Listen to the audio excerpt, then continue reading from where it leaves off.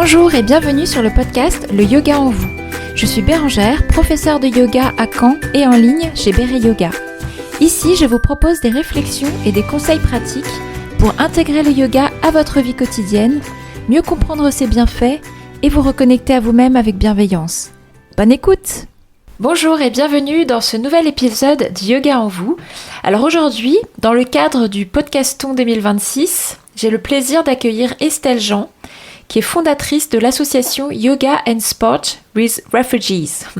Alors pour celles et ceux qui ne connaissent pas le Podcaston, il s'agit d'un événement qui rassemble des podcasts autour de causes solidaires avec pour objectif de mettre en lumière des associations et des initiatives qui font du bien dans le monde. J'ai choisi de parler de cette association Yoga and Sport with Refugees, dans laquelle, en fait, vous allez voir, Estelle crée des espaces où le yoga et le sport deviennent des lieux de lien, de confiance et de joie pour des réfugiés et des bénévoles à Paris, Athènes et Lesbos. Donc dans cet épisode, nous allons découvrir avec elle comment le mouvement peut rassembler, donner de l'énergie et créer du lien, bien au-delà des postures. Donc c'est parti pour notre échange et on se retrouvera ensuite pour la conclusion de l'épisode. Bonne écoute. Bonjour Estelle, bienvenue sur le podcast Le Yoga en vous. Comment vas-tu ? Je vais très bien, merci beaucoup de m'avoir invitée. Avec grand plaisir. J'aime bien commencer quand je reçois un ou une invitée par faire une petite présentation d'elle ou lui. Et donc tu me diras si ça te va et si tu vois des choses à changer ou à ajouter. Donc Estelle Jean, tu es la fondatrice de l'association Yoga and Sport with Refugees et responsable aussi de l'antenne parisienne. Donc dans mes recherches, j'ai vu que tu étais originaire de Gironde et que tu avais travaillé à Amsterdam, chez Cartier je crois, et avant de tout quitter pour t'installer sur l'île de Lesbos en 2017, où à l'époque, peut-être que tu me diras si c'est toujours le cas, mais il y avait plus de 20 000 personnes qui étaient bloquées, 20 000 réfugiés, donc des femmes, des hommes, des enfants, et qui vivaient dans des conditions de vie précaires. Et là, à cette époque-là, tu deviens maître nageur bénévole pour les réfugiés. Et tu réalises que les réfugiés, comme les humains, ont besoin de se mettre en mouvement, de se sentir actifs. Et toi-même, dans ta vie précédente, je veux dire dans ta vie, tu as déjà expérimenté combien le sport est un médicament naturel contre le stress, l'anxiété, la dépression. Tu constates combien le sport peut créer du lien, de la joie, de la résilience. À l'époque donc tu décides de créer une ONG, donc Yoga and Sport with Refugees. Et à ce moment-là, à cette époque, d'ailleurs, tous les professeurs étaient eux-mêmes réfugiés et vivaient dans les camps. Donc tu nous diras aussi si c'est le cas aujourd'hui. Donc aujourd'hui, cette ONG accompagne plusieurs centaines de personnes à Lesbos toujours, mais aussi à Athènes et à Paris. Et donc depuis 2022, tu es basé à Paris où tu coordonnes l'action de l'association dans plusieurs lieux de la ville. Donc tu proposes à la fois des cours de yoga, mais aussi d'autres sports pour faire du mouvement un vrai pont entre les cultures, les histoires et les corps. Est-ce que ça te va comme présentation ? Oui, c'est très, enfin, c'est vrai, c'est très réel et c'est une très bonne présentation. Bon après moi je suis depuis 2025 à Paris, mais on a commencé en effet Ah, le projet à Paris depuis 2022. C'est d'accord, ok. et c'est vrai qu'à l'époque, en 2017, il y avait plus de 5000 personnes dans le camp de Moria. Mais petit à petit, et avec les années de Covid, il y a eu jusqu'à, en effet, 20 000 personnes Ah ouais, dans le camp. Donc, ces chiffres-là, maintenant, c'est quand même moins de ouais. personnes qui sont à Lesbos. Mais ça reste toujours une population qui est très importante et qui a besoin et qui a envie de faire du sport. Ah oui, d'accord, ok. On va voir aussi, je vais te poser les questions du coup que j'ai préparées. On va Oui, en savoir plus un peu aussi sur le profil à la fois des personnes qui suivent les cours et puis aussi des professeurs. avec plaisir. Donc, qu'est-ce qui t'a donné envie de t'engager, de créer cette ONG? Alors au tout départ, comme tu l'as dit, j'étais prof de natation. J'étais Ah venue oui, dans un projet en fait pour donner des cours aux personnes qui vivaient dans le camp de Moria, qui étaient en attente de leur demande d'asile.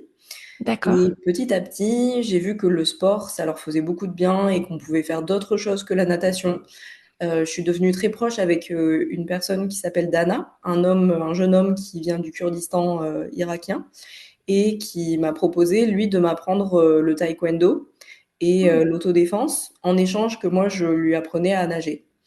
Ah ouais. Et petit à petit, je me suis dit, et on s'est dit ensemble, parce que c'est lui qui m'a insufflé l'idée de créer cette association, de faire plus de cours de sport, plus d'aller au-delà de ce qui est la natation. Parce qu'on jouait tous les jours, par exemple, au volleyball, une fois qu'on avait fini. On allait parfois courir. Donc on s'est dit, qu'est-ce qu'on pourrait faire pour que ce soit des cours où plus de personnes puissent venir. Et Hmm. l'idée a germé entre nous. Et on a décidé de pouvoir continuer et faire davantage de cours de sport ensemble pour les personnes qui vivaient dans le camp. Lui aussi, il vivait dans le camp à cette époque, Ah oui. mais il avait vraiment envie de donner du temps, donner, enfin, de se rendre utile. Parce que c'était ça, et c'est ça pour beaucoup de nos professeurs, ce qui est vraiment nécessaire et essentiel pour eux, c'est pouvoir être utile à la Hmm. communauté globalement. Hmm, d'accord. Ok. Et quels sont les sports que vous avez commencé à enseigner à Lesbos du coup? Alors à Lesbos, on a commencé par faire du coup du taekwondo, puisque Dana, c'était ce qu'il faisait depuis presque 15 ans. Il avait commencé très jeune. On a fait également des cours de self-defense, donc pour les femmes. On a commencé à faire de la course à pied. Donc on Ouais. allait tous les matins devant le camp, qui abritait à ce moment-là donc plus de 5 000, 6 000 personnes, avec une capacité qui était pour 1 000. Donc c'était Ah ouais. déjà vraiment en surpopulation et très mal géré. Donc on allait devant le camp tous les matins à 9 heures du matin et on essayait de recruter des personnes qui voulaient nous suivre, venir courir avec nous et ensuite on allait directement faire une classe de fitness. Ah On oui, faisait une d'accord. petite classe de fitness dans un centre communautaire qui était à 4 kilomètres à peu près du camp. Et Mhm. ensuite, on a eu très vite des bénévoles qui sont venus et qui faisaient du yoga. Et qui nous ont, elle, Nathalie, elle nous a dit, mais moi, je voudrais vraiment faire un projet avec le yoga.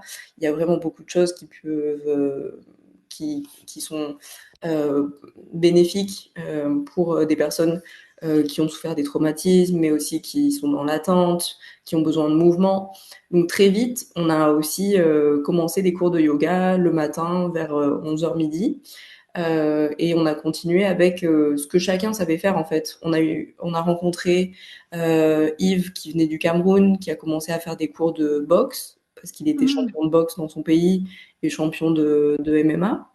Ah Et ouais. petit à petit, on a commencé à offrir davantage de classes de sport en fonction de du talent de chacun.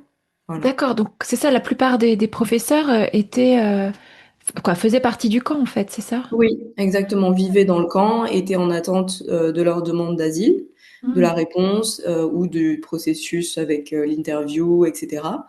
Et c'est dans ce cadre qu'ils venaient, en fait, soit ils avaient vent de ce qu'on faisait avec le sport, soit ils étaient déjà sur le centre communautaire qui s'appelait One Happy Family.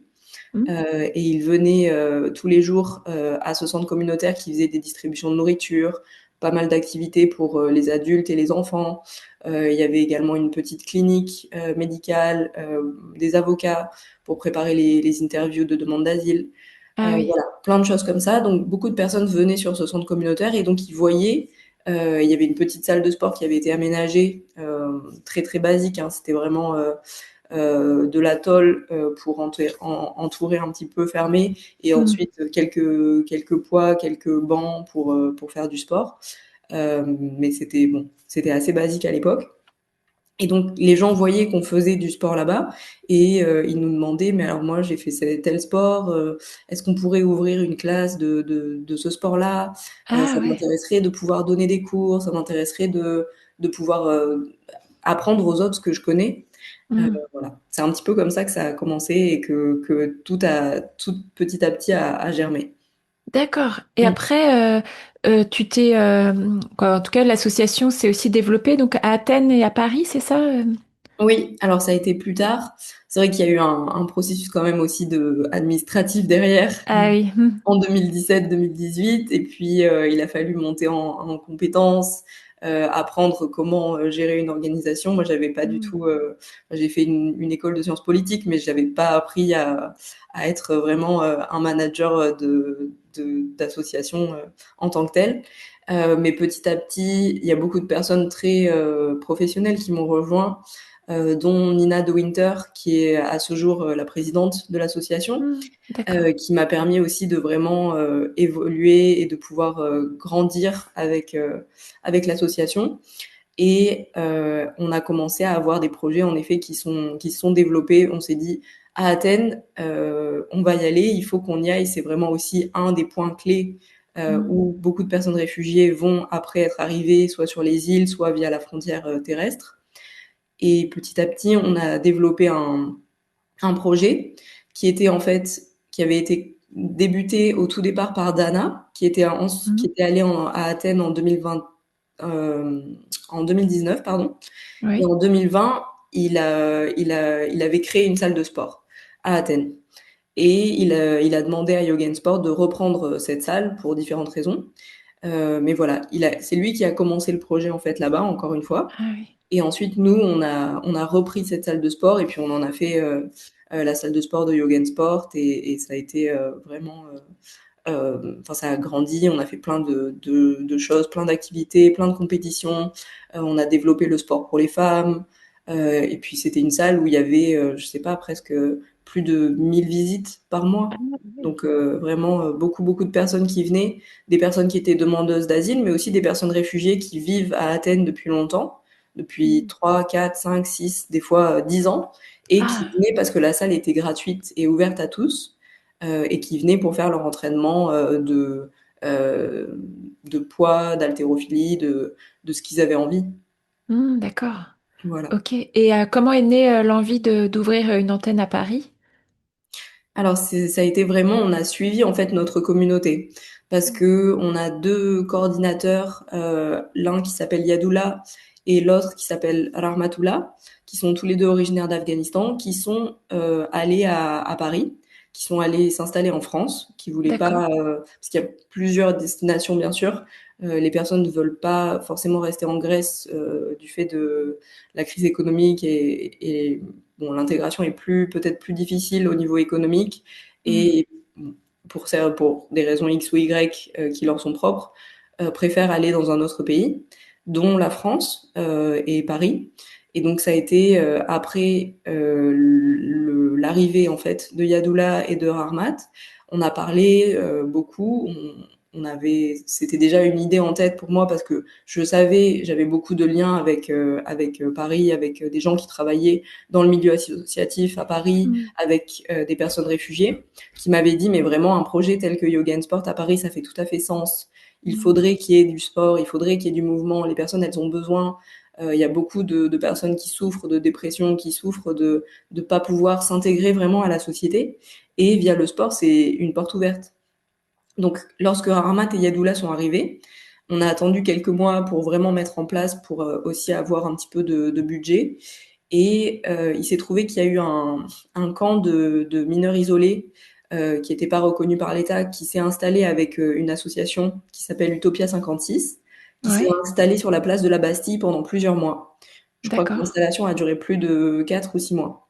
Ah ouais. Et nous, on a pris cette opportunité pour aller donner des cours à ces mineurs.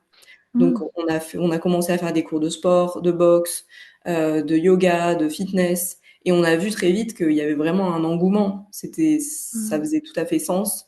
D'une part parce que bon, les mineurs, ils sont jeunes, ils ont besoin de bouger, ils ont besoin de faire quelque chose, de pas rester dans leur tente toute la journée.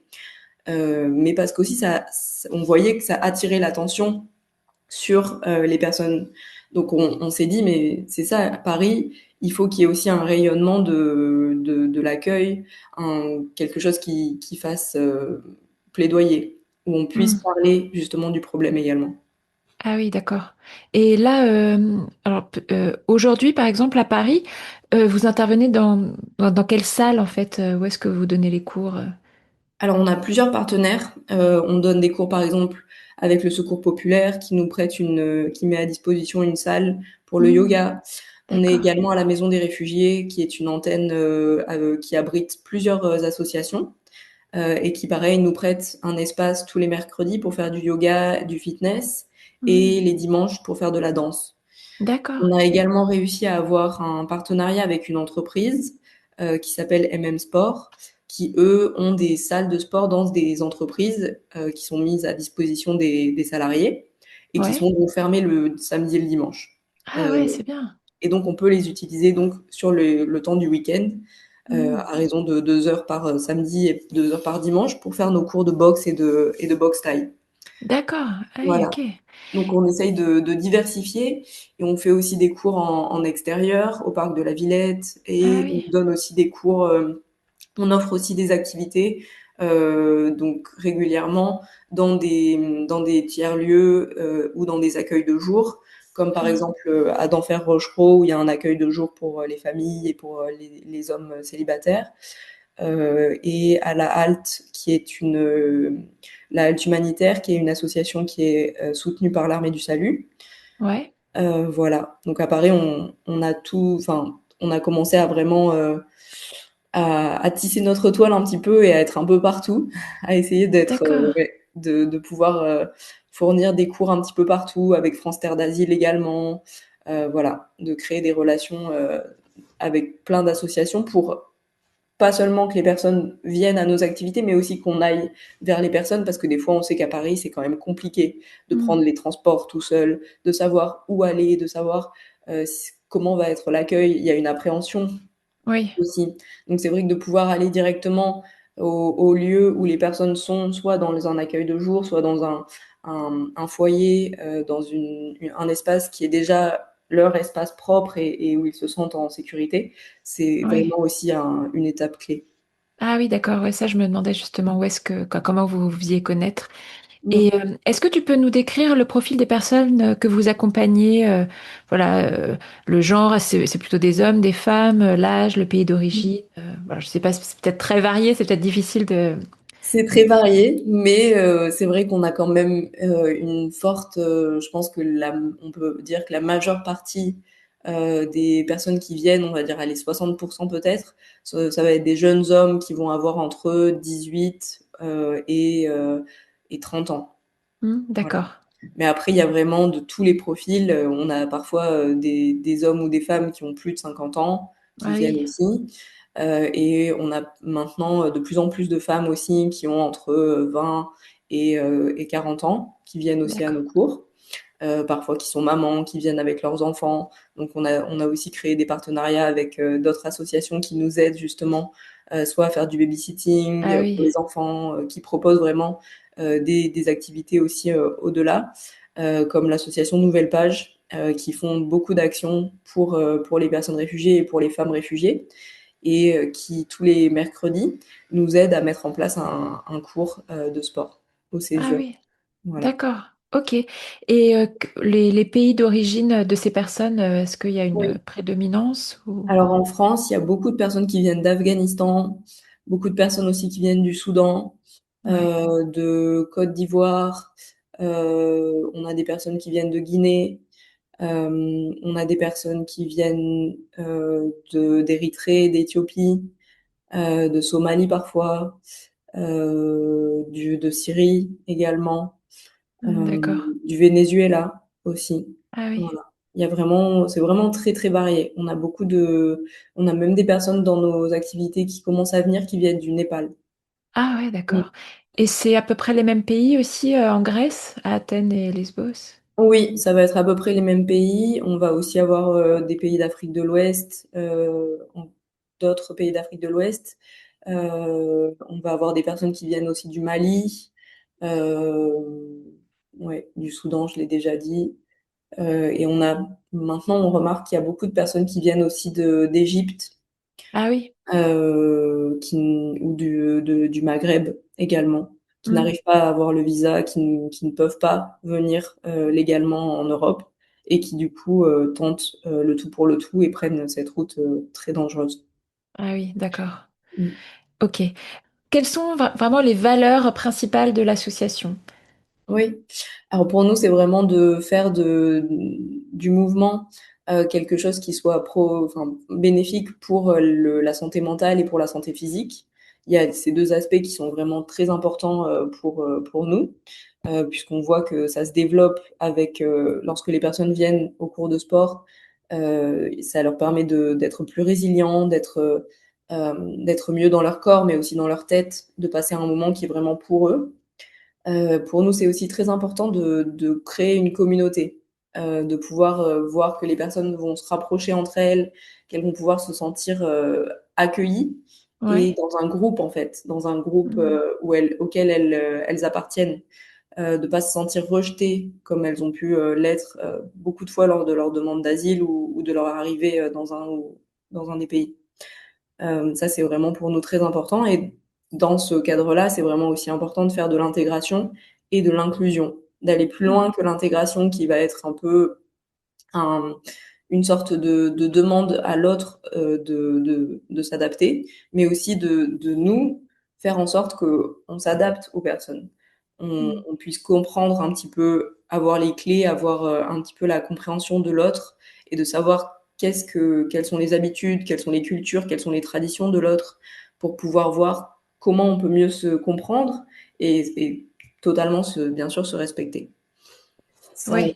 d'une Oui, part. c'est ça, parce qu'il y a peut-être des spécificités au niveau de la tenue, j'imagine, du sport, la tenue qu'on Oui, va mettre pour faire du sport, voilà. exactement. Ouais. On va pas forcément, enfin, pour nous, ça va faire sens d'être en t-shirt, par exemple.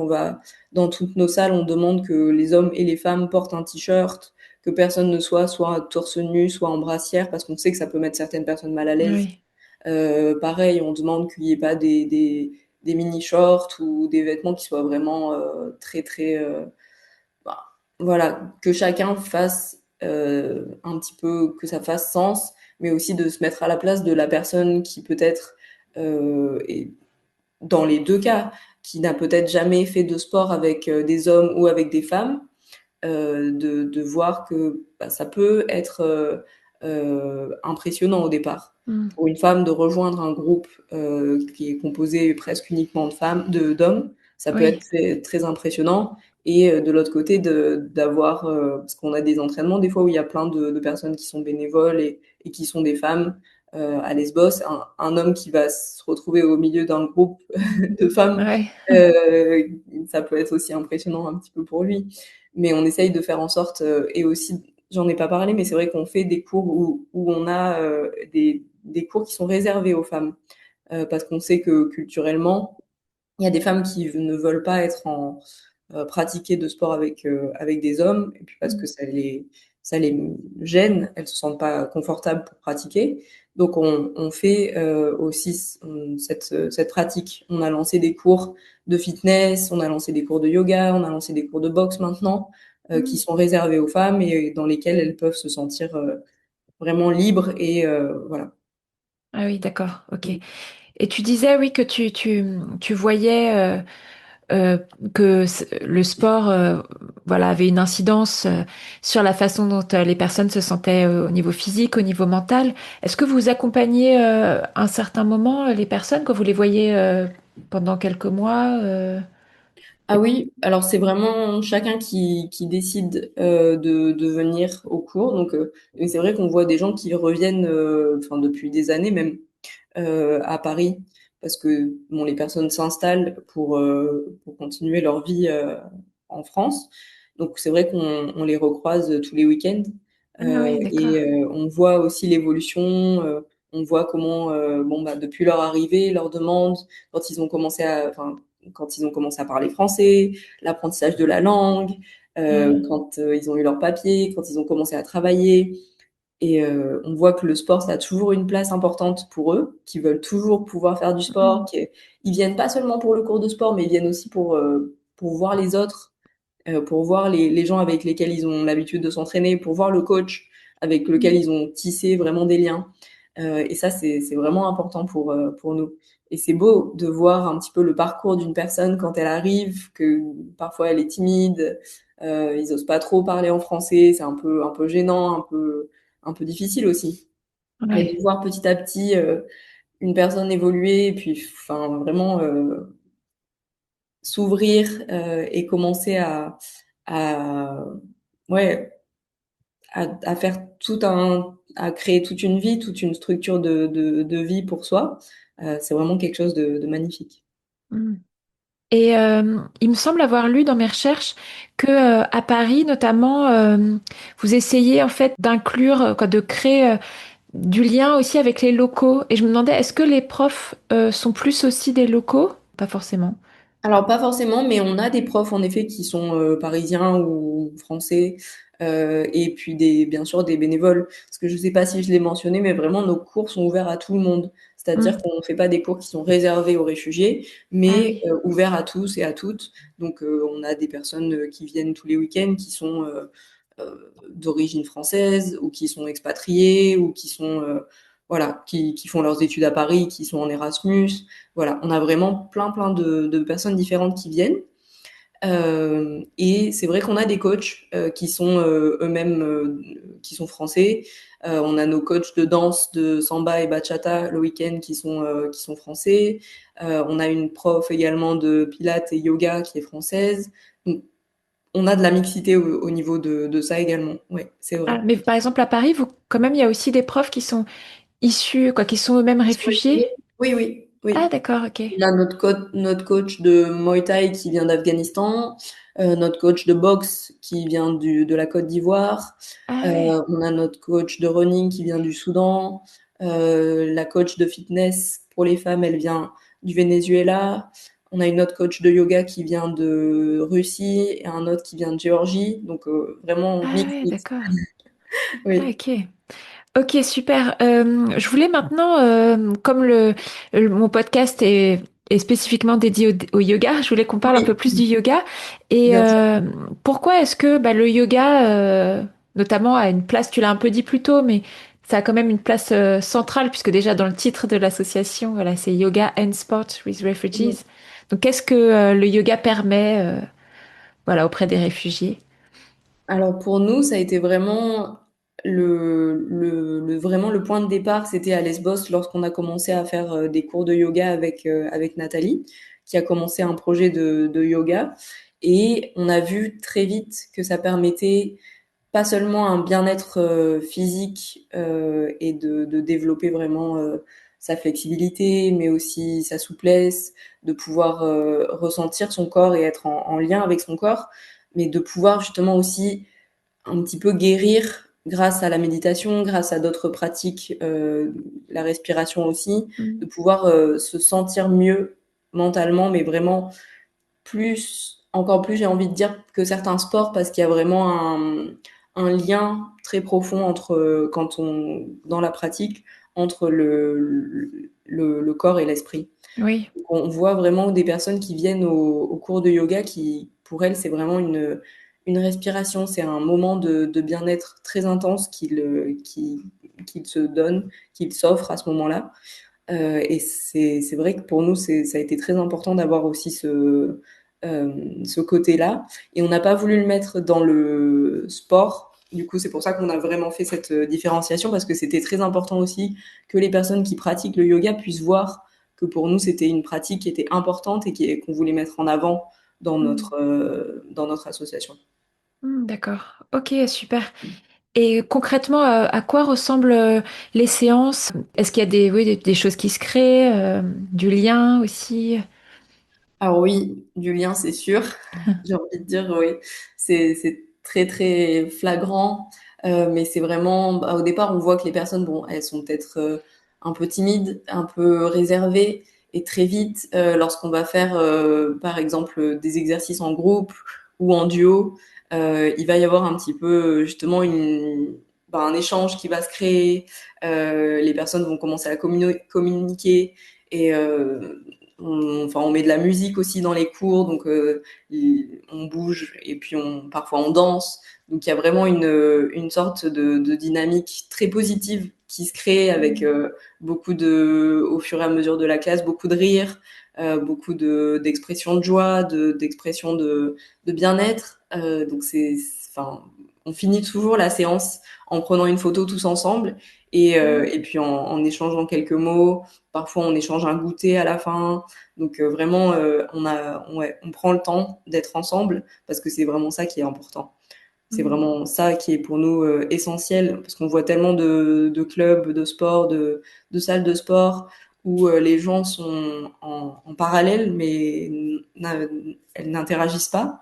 Et pour Mm. nous, c'est vraiment très important qu'il y ait cette interaction, qu'il y ait vraiment Ouais. ce vivre ensemble qui soit là. Aïe.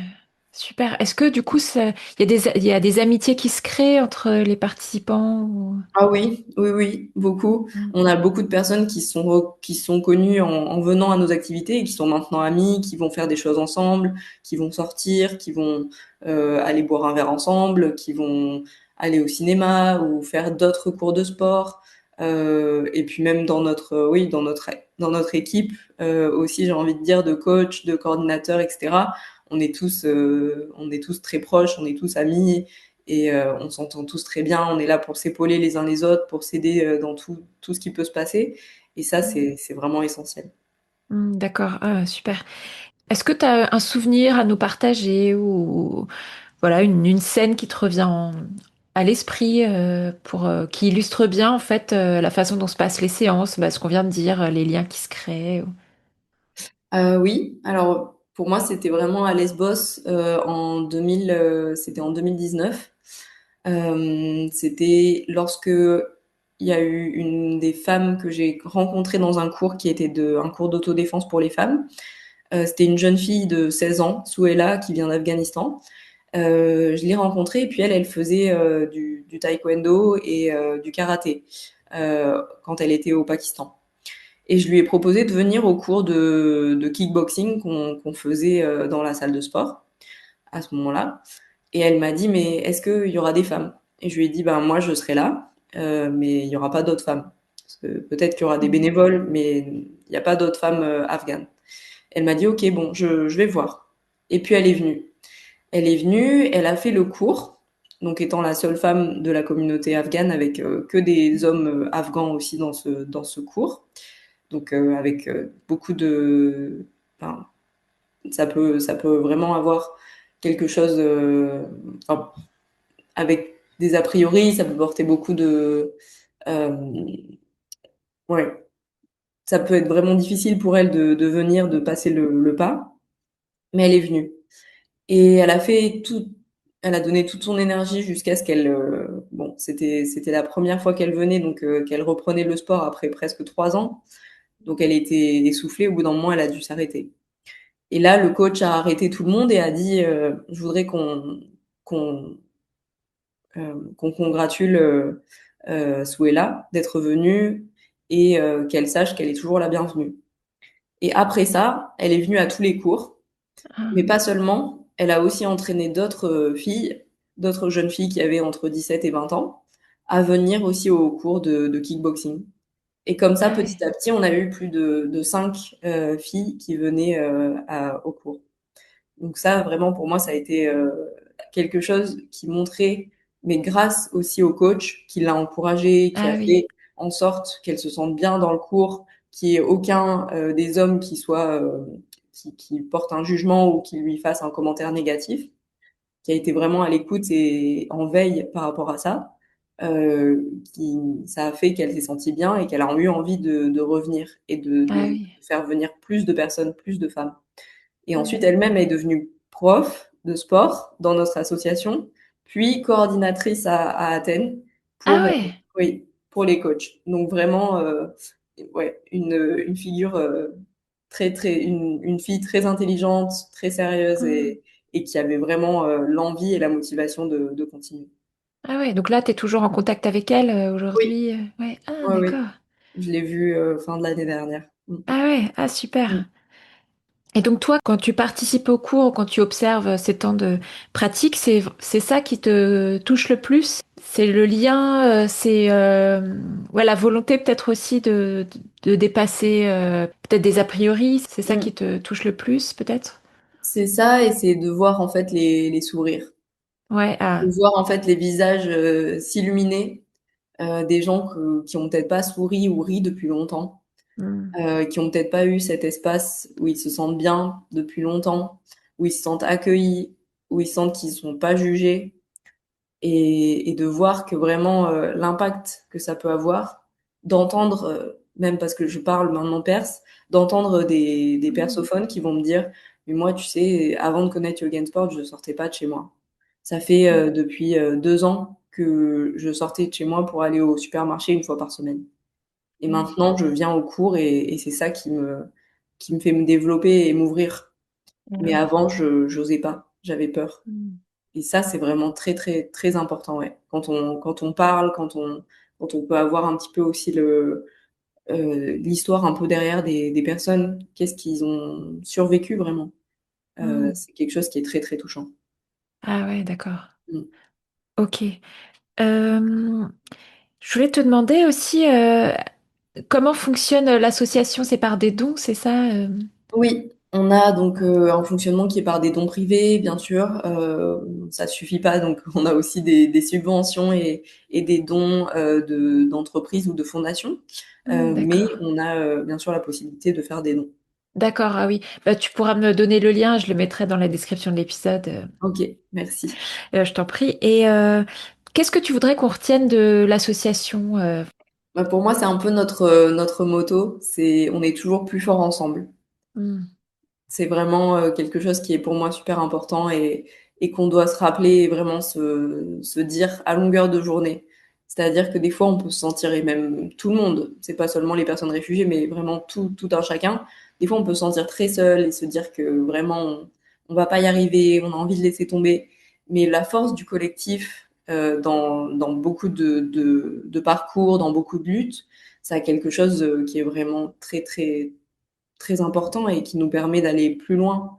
Donc pour moi, c'est ça qui est vraiment important au sein du Yoga and Sport with Refugees. Ah ok, ouais. Bah, merci beaucoup pour ce partage. Je voulais savoir aussi comment tu envisages la suite pour l'association. Est-ce que vous envisagez de vous développer ailleurs ou déjà de bien continuer dans ces trois endroits? Voilà. Alors pour le moment, c'est vrai qu'on veut continuer à être à ces 3 endroits, donc à Lesbos, à Athènes et à Paris. Mais on a commencé aussi en France à faire une fois par mois, des visites à Calais, de Hmm. faire une journée de sport où on essaye d'apporter tous les cours de sport qu'on peut sur Ah une ouais. journée pour les personnes qui sont à Calais. Mais c'est vrai que pour nous, c'est très important d'essayer de développer l'association soit à d'autres endroits, soit dans d'autres formes, en aidant d'autres associations qui font la même chose que nous à se développer. Donc, de pouvoir tisser un petit peu des satellites ou des, des antennes de yoga and sport, Hmm. mais de vraiment, oui, renforcer celles qui existent déjà aussi. Ouais, parce que c'est vrai que tu disais, oui, que le motto, ouais, le slogan un peu, c'est Ensemble, on est plus fort. Et c'est vrai qu'on le voit parce que tu m'as cité beaucoup d'associations avec lesquelles tu travailles. Et donc, oui, j'ai l'impression que c'est important. C'est ça pour toi Oui. aussi, ouais.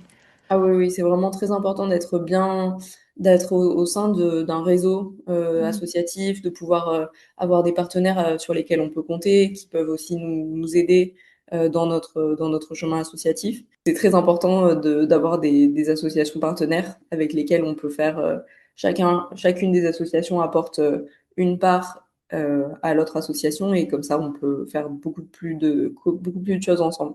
Ok. Donc, on a parlé du fait de, nous, à notre échelle, à notre niveau, on peut donc soutenir l'association en faisant des dons. Est-ce qu'il y a d'autres façons de vous soutenir? Oui, en étant bénévole, par exemple, Oui. en venant et en donnant du temps à l'association. Toutes les infos sont sur le site internet également. Il y a une page qui est réservée au bénévolat. D'accord. Mais aussi en relayant sur les réseaux sociaux nos activités, en envoyant et en venant participer en fait également. Juste en venant participer, c'est aussi une façon de nous soutenir, de montrer que vous adhérez aussi aux valeurs de l'association et voilà. Pour nous, c'est très important aussi d'être visible, donc de pouvoir faire du plaidoyer, de pouvoir apporter, Mm. de passer le mot de ce qui se passe en France, des problèmes d'accueil et de pourquoi il y a des associations telles que la nôtre qui existent aussi. Mm. Parce que tu parlais d'être bénévole. On peut être bénévole autrement que en étant prof. Oui, oui, oui. En donnant du temps donc à l'association, en venant par exemple pour épauler le coach, Ah oui. pour faire par exemple prendre des photos, pour faire Mm. l'enregistrement des personnes parce on enregistre à chaque fois les personnes qui viennent. On pourra porter le matériel, pour mettre en place la salle, pour également mettre en Mm. place des événements de temps en temps. Ça peut être garder D'accord. les sacs lorsqu'on va courir, enfin, plein de choses. Ah oui, bah oui. Mm. D'accord. Bon bah je mettrai tous les liens dans la description de l'épisode. Merci. Bah merci beaucoup à toi, Estelle. Est-ce que on a tout vu ou est-ce qu'il y a une chose à laquelle tu penses dont on n'a pas parlé? Non, je pense qu'on a tout vu. Je pense que j'ai vraiment parlé de beaucoup de choses. Ouais, non, c'était vraiment très agréable. Après, si j'avais un dernier message, je pense à dire ou à Oui. transmettre, ce serait vraiment de dire aux personnes qui vont écouter le podcast qu'il faut aller, il faut pas toujours qu'on attende que les autres viennent à nous, mais aussi qu'on aille vers les autres. Mm. Ça, c'est très important je pense, le dire. Des fois, on est trop dans l'attente que les choses se passent et on n'essaye pas de faire un pas vers les autres. Mais parfois, ils ont besoin de ce pas, de cette porte ouverte, de cette accolade pour se rendre compte qu'ils sont bien, qu'ils peuvent être accueillis. Ouais. Ah bah merci beaucoup pour ce beau message de fin. Voilà. Top. Bah merci encore Estelle et puis bah, très bonne continuation à toi et à l'association. Merci. Et voilà, bah à bientôt. Bonne Au revoir. continuation également. Au revoir. Merci beaucoup. Au revoir. Encore merci à Estelle pour ce partage inspirant et pour tout le travail que tu fais avec l'association, avec Yoga and Sport with Refugees. Comme je vous le disais en début de cet épisode, donc celui-ci s'inscrit dans le cadre du Podcaston 2026, un événement qui met en lumière des initiatives solidaires et des associations qui apportent du lien et de la joie autour d'elles. Si cet épisode vous a parlé, vous savez que vous pouvez soutenir l'association de différentes manières, donc je mettrai les liens dans la description de l'épisode.